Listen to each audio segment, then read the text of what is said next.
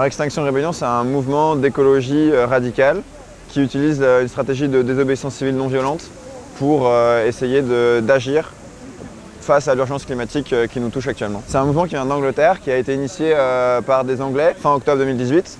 Et en France, il a été officialisé le 24 mars 2019. C'est un mouvement international. On est actuellement dans presque une soixantaine de pays. On lance une semaine d'action qui s'appelle la Rébellion internationale d'octobre et qui a lieu dans plusieurs pays. L'ADN de XR, c'est vraiment un des principes fondamentaux, c'est la non-violence.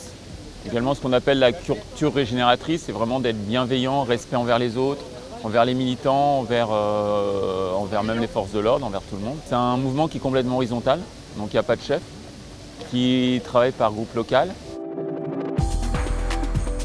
En France, on est à peu près 12 à 15 000 sympathisants d'Extinction Rebellion. On est des gens comme tout le monde, ouvriers, cadres, étudiants, qui n'ont jamais rien fait de mal et puis qui se disent ouais, on est prêt à risquer en fait de se mettre un peu hors la loi, dans l'illégalité, on le sait.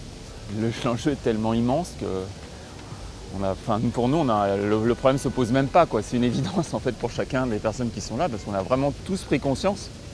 L'urgence est énorme.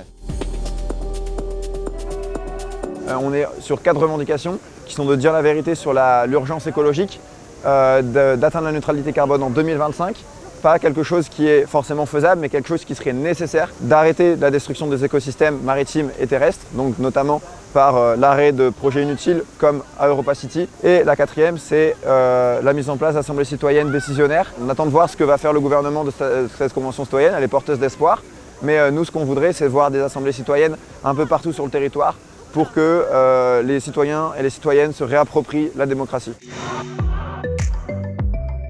On fait vivre le lieu par des assemblées citoyennes, par des formations, par de la danse, par des moments de yoga le matin. Ce matin, on a fait du yoga pendant 40 minutes, c'était super chouette. On joue aux cartes sous les bâches quand il pleut. Voilà. Puis avant les actions, il y a des briefings d'organisés pour rappeler à tous et à toutes ce que c'est Extinction Rebellion, parce qu'il y en a qui viennent, qui ne sont pas du mouvement, qui participent aux actions. Et ça, c'est super chouette. Elle a complètement tort, elle veut essayer de se donner un peu un écho médiatique. La meilleure réponse qu'on a à lui faire, en fait, c'est de venir voir ici sur site. Est-ce que nous, on est violent, est-ce qu'on instrumentalise l'écologie ou est-ce qu'on l'incarne par le site? Moi, je pense qu'on l'incarne ici, par nos valeurs, par nos actions, par notre organisation, qu'on essaie d'être écolo.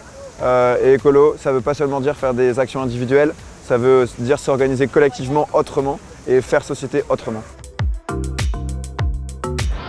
Il y a plein de solutions qui existent, il y a des propositions qui sont faites, des propositions concrètes qui ne sont pas mises en place, alors il y en a certaines qui sont pourtant très simples et en fait ce n'est pas dans les intérêts économiques, politiques des gouvernants.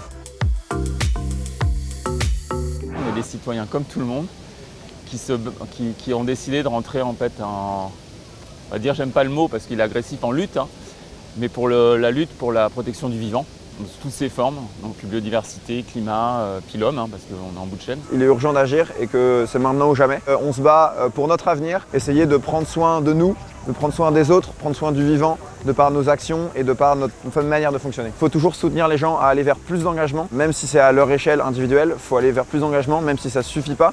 Il faut un engagement collectif pour changer la société et notre mode d'organisation de notre système. Là, normalement, on ne sait pas. En fait, on va essayer de rester le plus longtemps possible. On sait toujours quand on arrive, on ne sait pas quand on repart. En fait. Donc, ça ne dépend pas de nous.